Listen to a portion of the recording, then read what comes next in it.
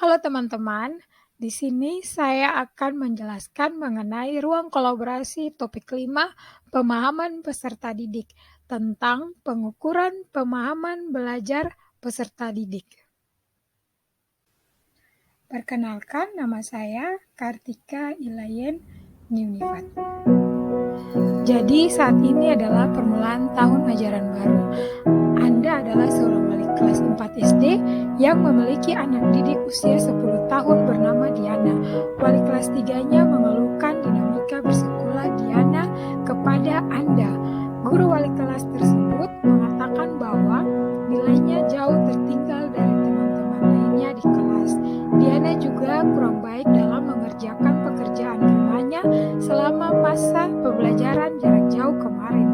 Bahkan, pihak wali kelas mengatakan bahwa ia khawatir dengan tuntutan yang semakin tinggi di kelas 4 di pelajaran IPA, Bahasa, dan IPS yang membutuhkan banyak bacaan. Diana seringkali tidak menyelesaikan tugas-tugas yang diberikan dan ulangannya menunjukkan nilai buruk. Namun demikian, ketika materi tugas dan ulangan tersebut diulangi secara lisan dan secara individual, Diana dapat menjawabnya. Nah, berdasarkan tujuan pembelajaran yang ada, pertanyaan yang pertama, kira-kira bagaimana cara melakukan asesmen terhadap keadaan Diana? Yang kedua, jelaskan pertimbangan Anda. Yang ketiga, kesimpulan apa yang Anda dapat tarik dari asesmen yang Anda desain dan lakukan tersebut. Untuk kasus Diana, yang pertama saya membuat hipotesis terlebih dahulu, yaitu yang pertama, Diana belum bisa membaca dengan baik. Yang kedua, gaya belajar Diana yaitu auditory.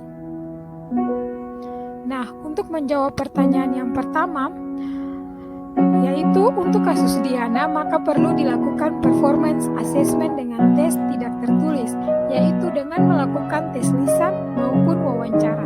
Karena jika kita lihat pada pertanyaan, Diana mampu menyelesaikan materi tugas dan ulangan yang dilakukan baik secara lisan maupun individual, yang berarti bahwa Diana memiliki gaya belajar yang cenderung auditory dan bukan visual, sehingga menurut saya jika dilakukan tes tertulis dirasa kurang cocok untuk Diana.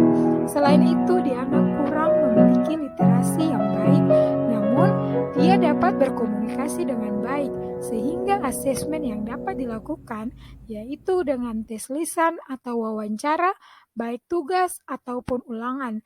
Hal ini dilakukan untuk memfasilitasi siswa, salah satunya pembelajaran dan asesmen yang berdiferensiasi sesuai kemampuan peserta didik. Selanjutnya, untuk nomor 2, yaitu pada kasus Diana, dikatakan bahwa seringkali Diana tidak mengerjakan tugas saat pembelajaran jarak jauh atau PJJ dilakukan dan memiliki nilai ulangan yang buruk.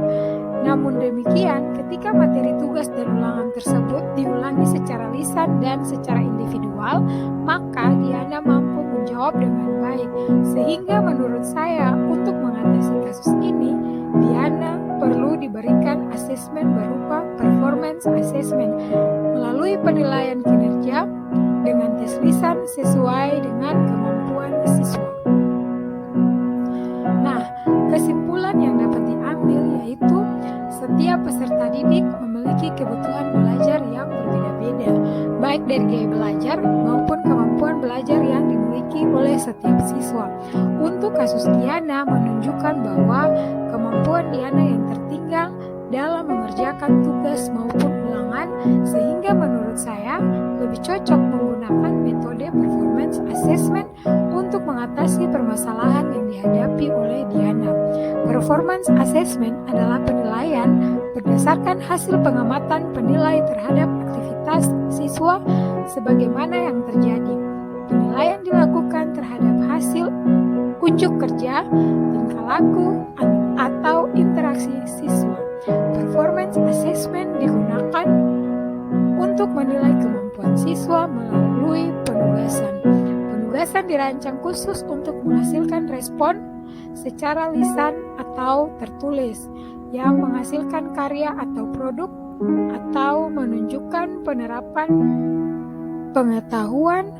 Tugas yang diberikan kepada siswa harus sesuai dengan kompetensi yang ingin dicapai dan bermakna bagi siswa. Demikian hasil presentasi mengenai kasus Diana. Sekian dan